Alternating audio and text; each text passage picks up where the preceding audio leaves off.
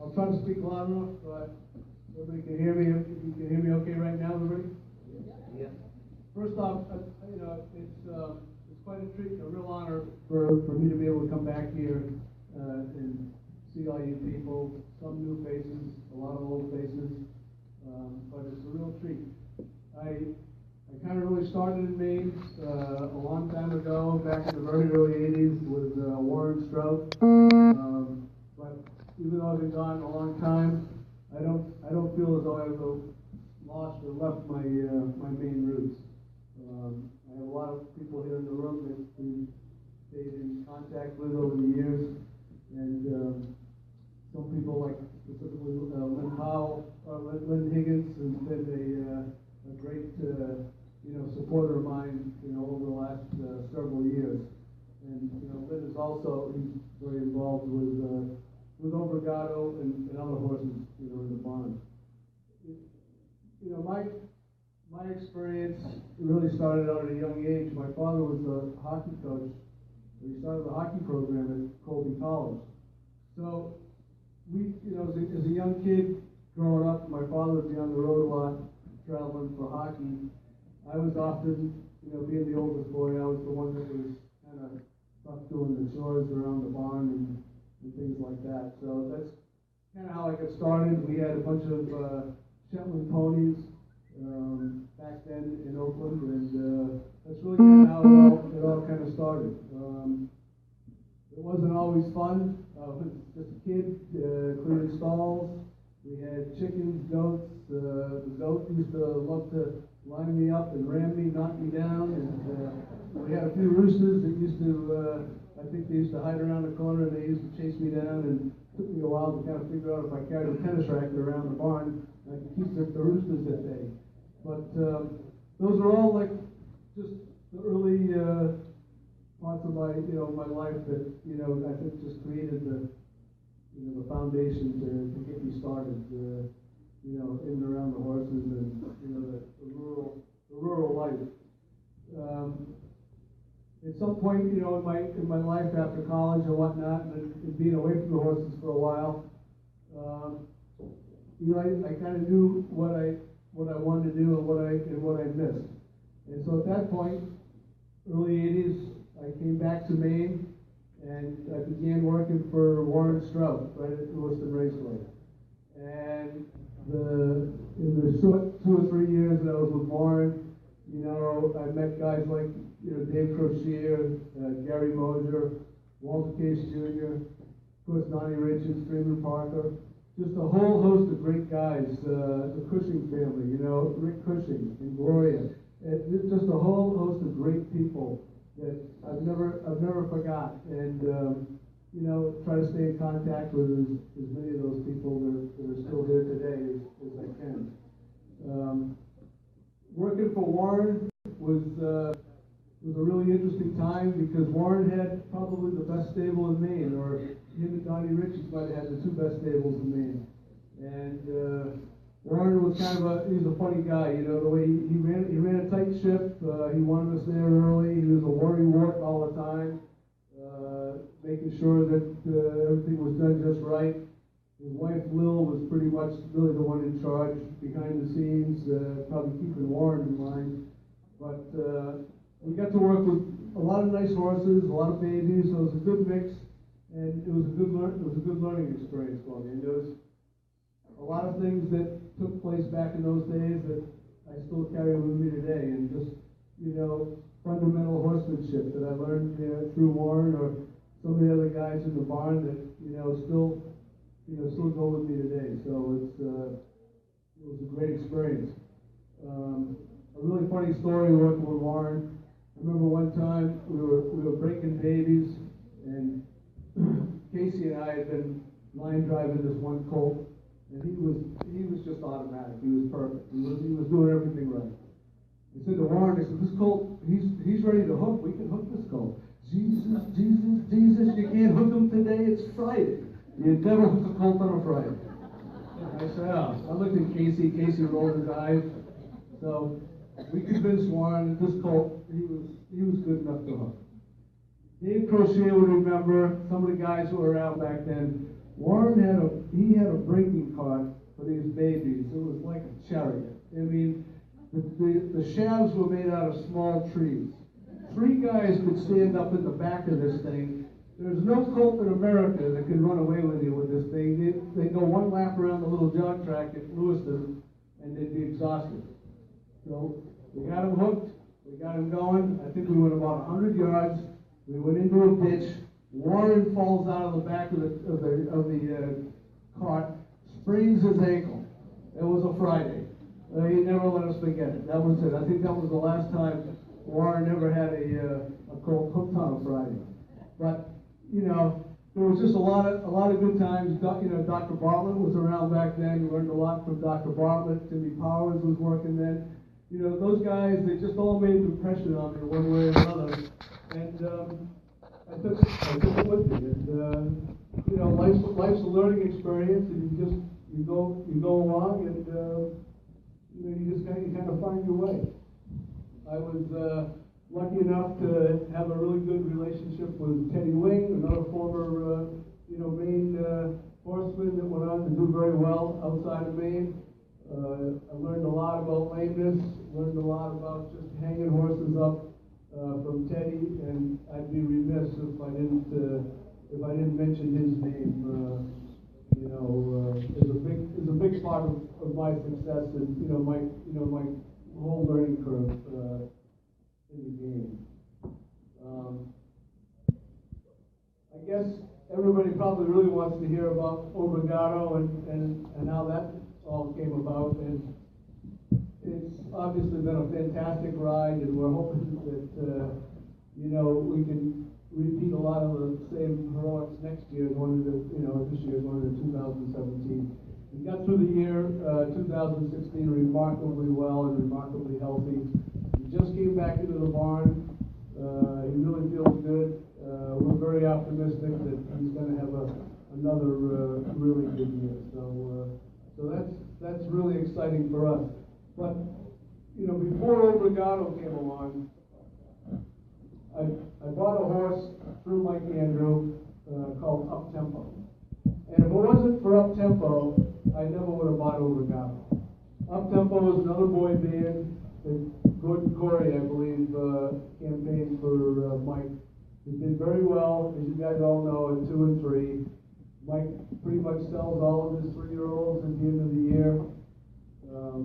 Mike's been a good friend of mine over the years. Mike, you know, told me to check him out. I think he's okay. He might be able to do some good. I spoke to Gordon. Gordon reiterated the same thing. So, you know, I bought him, and that was probably maybe 7 years ago now. And that horse turned out really well for us. He had a really good 4-year-old year. He did get kind of hurt at 5. He didn't have the same kind of year.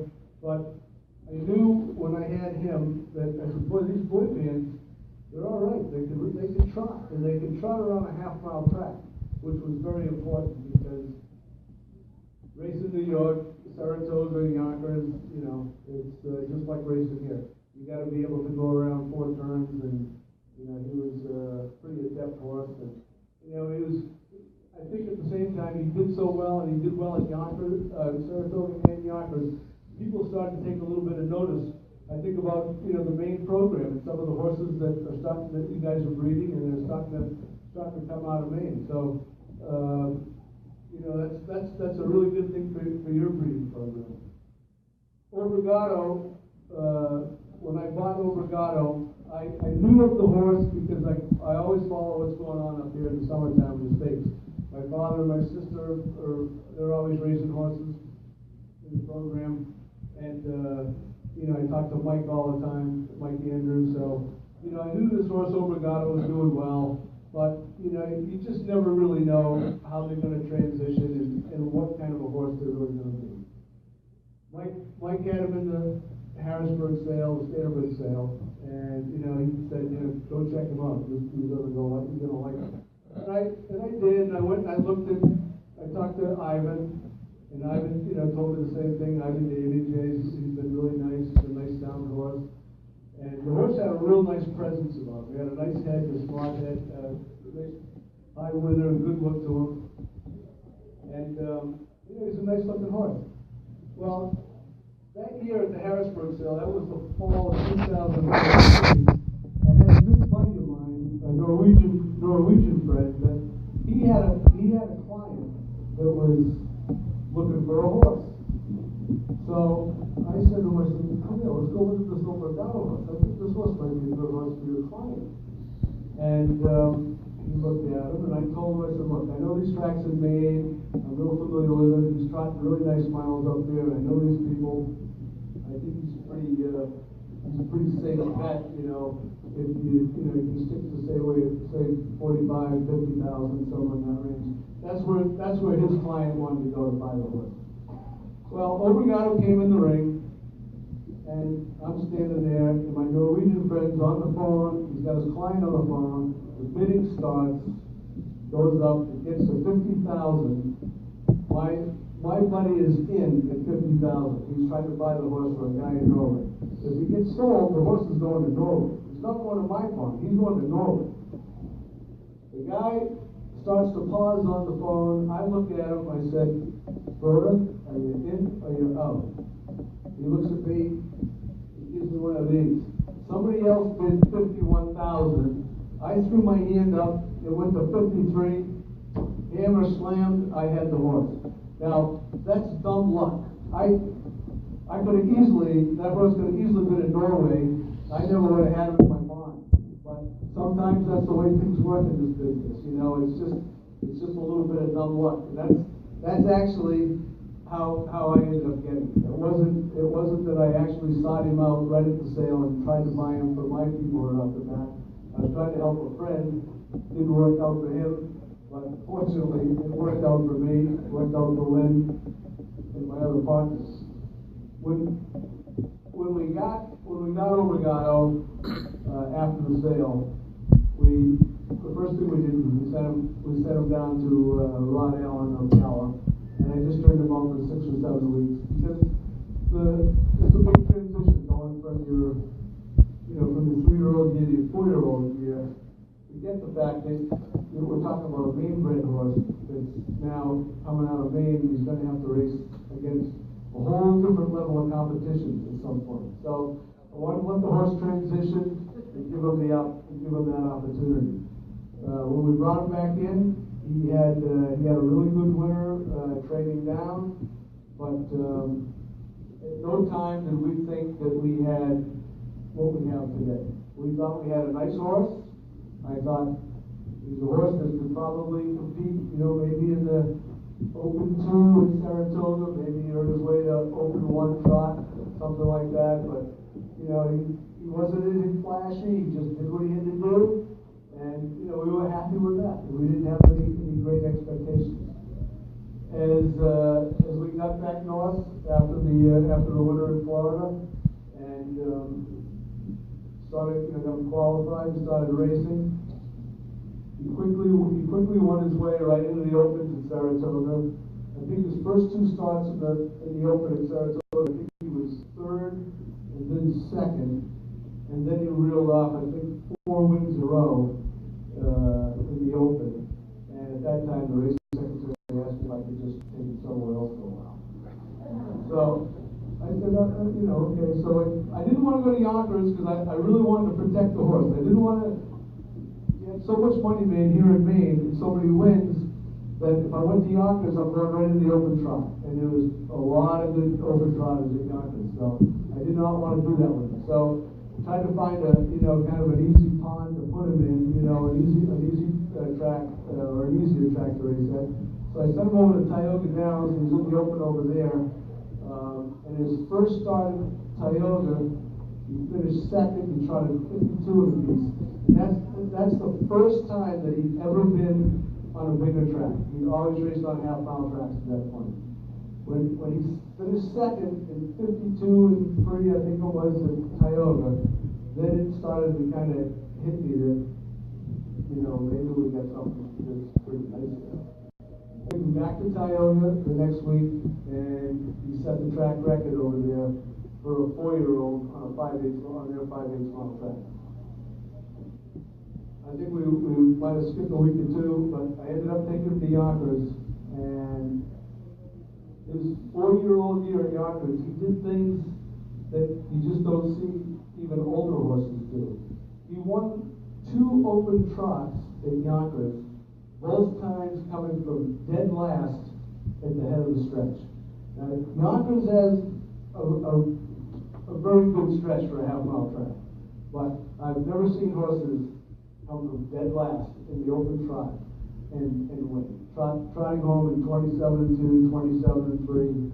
It was just amazing. Those 2 performances got us an invite into the Yonkers, or the International Preview that year, which was a $250,000 race. So that night when we get in that race, we were now in with a horse called Sebastian K. You probably all heard of him. He's a world-class horse, now retired. Commander Crow, who had something like $8 or $9 million on his card, came over from Sweden. A couple other horses came over from Europe. Some good horses from Canada. We took the Seminole going for 1.25 miles, and everybody kept saying to me, like, well, what do you think? You think you got a shot? I said, yeah, I think I got a shot. I think my horse is okay. He's not going to embarrass himself. The trip didn't work out quite the way, Jason Bartlett drove him that night. The trip didn't really work out quite the way we wanted, but Overgato finished 4th, beat 3 lengths, and he was probably coming the hardest of anybody at the wire. That night, that's when I knew that I had a really special horse. I knew that I had something that, going into his 5-year-old year, we were going to map out a stake schedule for him that he would go against the best in North America, and we would see how it worked out. So last year, I should say 2 years ago, 2015, that was his first year traveling the Grand Circuit. He made a little over $400,000. In fairness to the horse, he had some very difficult posts in some big races, drawing 7 and 8 holes, drawing outside of resolve in some of the better horses that we had racing. So we never just seemed to get any kind of luck, but he always showed up.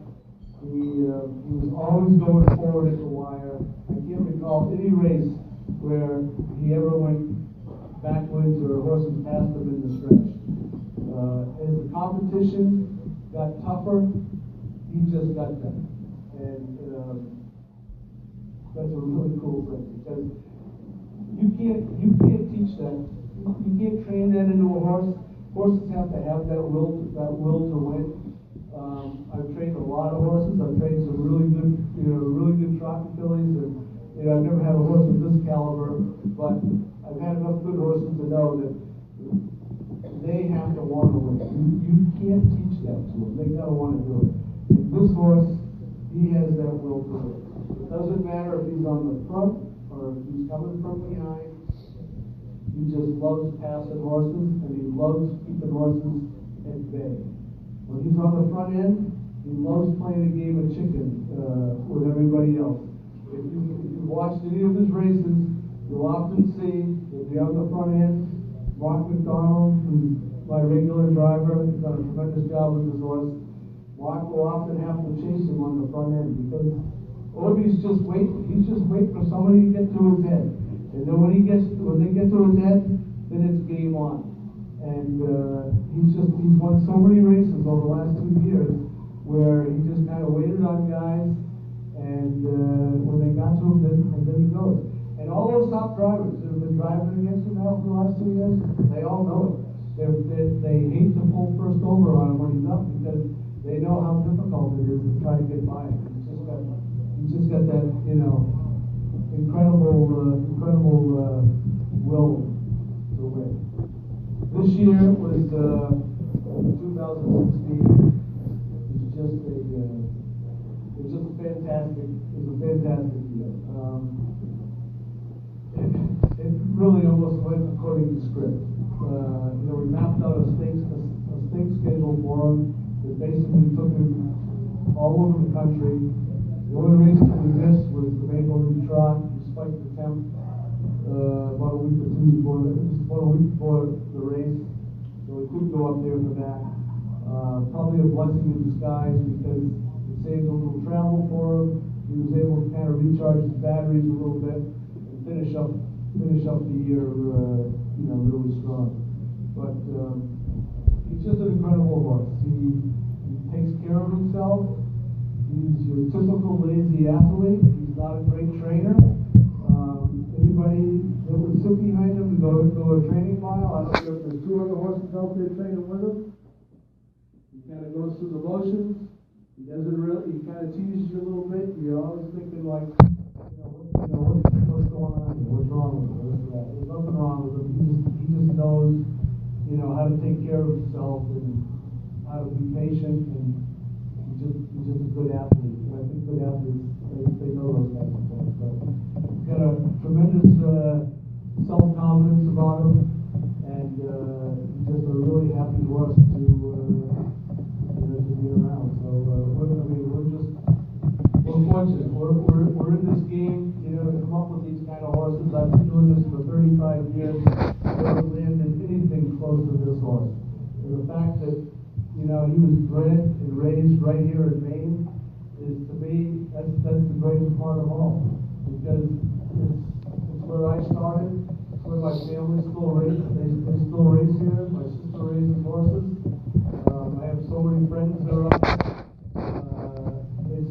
To me, it's so much more fun than if he was a Hanover bred or from some other big breeding farm. It's fantastic, and I think it's fantastic for the state of Maine, because again, it just goes to show that you guys are starting to put out some really nice horses, and they all can't be Obrigado, but your breeding program has come a long way, I think, in the last 20 years, and it really shows. We've got a horse now in the barn you guys all know about, Sealy Man. It came from Ronnie, and it's kind of a unique situation. I partnered up with a Swedish friend of mine, trainer, and he actually has the horse down at Vero Beach where he trains at. He's about 80 miles from me, but he's a very good friend. We kind of think alike. He's a very cerebral kind of trainer, but I just thought that, it would be a good idea if he had the horse, and then, I go up there and train, but we communicate back and forth all the time. I just sat behind the horse the other day. I went up to Vero Beach and trained him with a group of other horses, and he's doing really well. He acts really nice, and we're looking forward to getting him to the races. In a little while, it's no rush. We're going to try to do the same kind of program.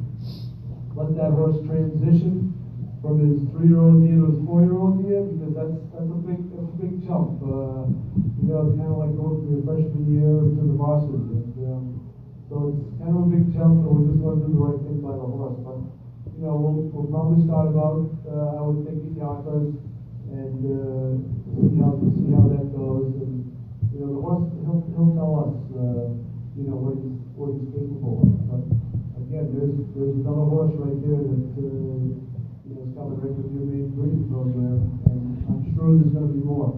And the secret's kind of out of the bag a little bit. It was nice for me when I could buy up tempo, find Obrigado, but now people are starting to take notice when some of these main bred horses show up, at the Harrisburg sale, selling at the end of their 3-year-old year. It's the other guys, the Andy Millers, and the guys I got to race against. They're all looking at these horses now. You guys, they know you're legitimate, and that's a great thing for I think for you guys and the main program. So it's really good. But it's a real honor for me to be able to go up here. I really appreciate it a lot. That's all I have to say. Thank you very much.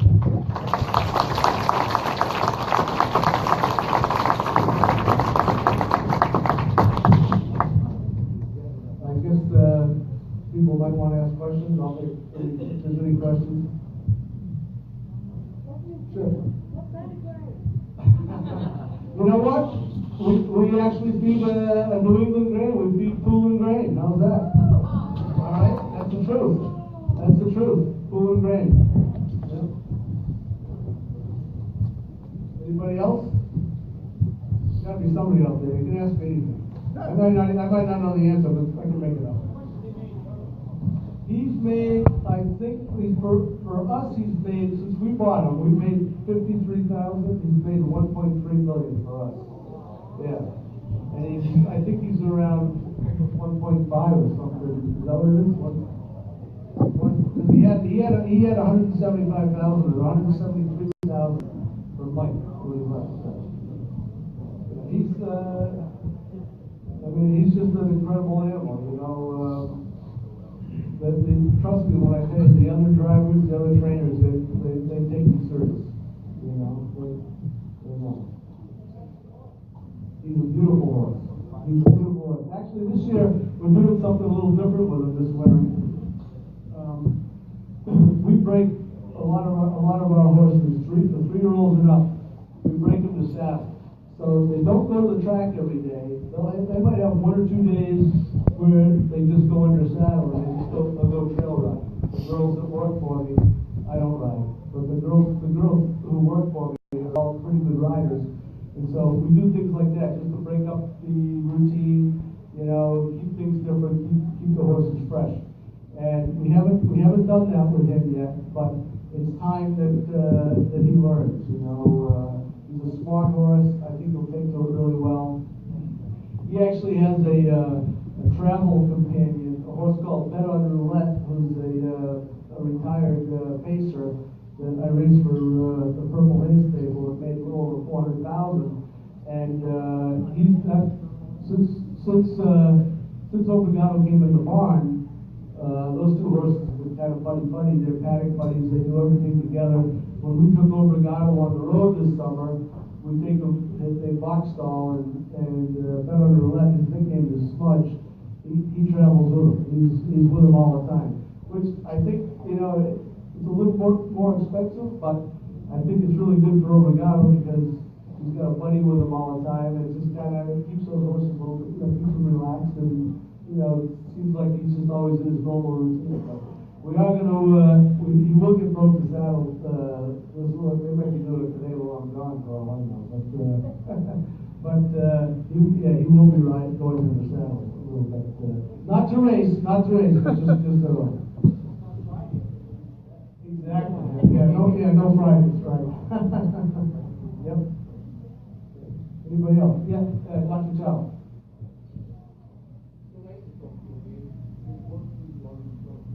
That's right. Yes, sir. Yep. Last year there was some talk about Obrigado going to the NFL of Speach. Right. And I know you have some interest. Yep. Is this year coming? Right. Well, we'll have to see about that, and that's a good question. One of the partners on Obrigado is a Swedish gentleman. He's become a very good owner of mine, a great guy. And you know, he would like to see the horse go over there, but he, at the same time, wants me to do whatever is right by the horse. If the whole training regimen goes good, and there's no setbacks, no little delays in the training thing, and he's training great, we may do it. Our first aim is to be ready for the Cutler at the Meadowlands, which is I think May 6th or May 7th. That race is also called the Elite Lop Invitational, Elite Lop, some kind of affiliation with the Elite Lop. So the winner gets an automatic berth in the Elite Lop if they want to go. It'll be a big decision. They're going to have a plane that'll take you directly over there, so that part's good. You used to have to go through Amsterdam, and it was kind of a long ordeal, but it's possible. The thing about the Elite Lop is that in actuality, I could race for probably a little bit more money if I stayed right in the States and saved the wear and tear, the travel on the horse. But the Elite Lop, I've been to the Elite Lop in Sweden. It's an unbelievable event. It's more than just the money when you go over there and compete. And if you ever get a chance, I know it's hard to go there, but the Elite Loft is televised. You can watch it on the internet, and that's usually Memorial Day weekend, on that Sunday, Memorial Day weekend for us. And it's an unbelievable production and an unbelievable event. I was wanting to go there a few years ago, so I saw it firsthand. And if the cards play out right, we're considering it. Anybody else? Thank you very much.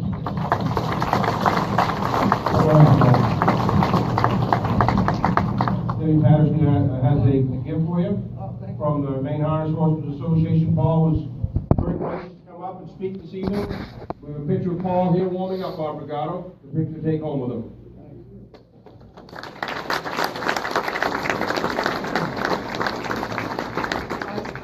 I'm very, very happy to get this. I've actually seen the picture before, not this particular one framed like this. My wife will probably be less thrilled. We have so many Obrigado pictures now hanging in the house that she's going to say, another one? But trust me, this will go in my office. I thank you very, very much. Thank you. So before you go, a couple other things we have. Lynn, we need you to come up if you could, please. Lynn Higgins. Lynn, who does so much for the association, is fortunate enough to be a part owner of our Brigado. And we have each of them, since they both, our Brigado graced our cover this year, a framed cover of this year's yearbook. So Paul's wife is going to be upset a little bit more.